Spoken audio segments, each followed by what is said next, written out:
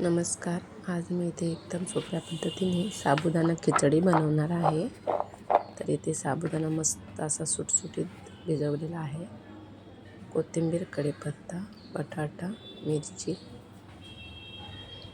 इथे पॅन गरम झाला आहे. 1 चमच तेल घातलेलं आहे. इथे साबुदाण्यामध्ये शेंगदाण्याचं कूट आपल्याला पाहिजे तेवढं टाकू शकता. तर मी इथे छोटे 4 चमच टाकलेलं आहे आणि चवीनुसार मीठ.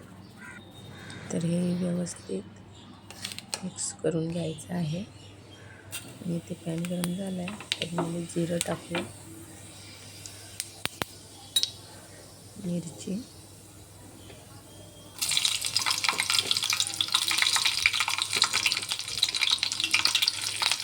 कढीपत्ता परतून घ्यायचं आहे.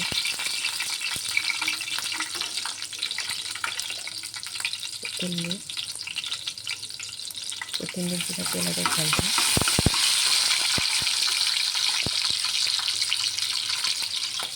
आणि आता हा शिजवलेला बटाटा आहे पण तो तेलामध्ये असं छान परतवून घ्यायचा आहे, म्हणजे थोडंसं छान लागतं.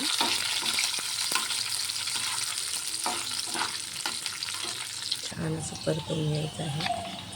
आता हे इथे असं मिक्स करून घ्यायचं आहे.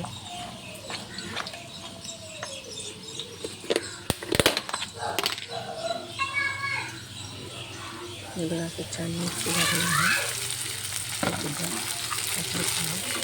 आणि छान असं परतवून घ्यायचं आहे. तर इथे मी थोडीशी साखर टाकते, म्हणजे चवीला जरा छान लागतं. तर इथे असं एकदम सोप्या पद्धतीने आणि झटपट अशी खिचडी तयार होते. थोडा वेळ झाकून ठेवायचा, 1-2 वाजवायचं आहे, म्हणजे साबुदाणा छान असा मऊ होऊन जातो. तर अशा पद्धतीने तुम्ही सुद्धा नक्की ट्राय करा आणि कमेंटमध्ये नक्की सांगा कशी झाली.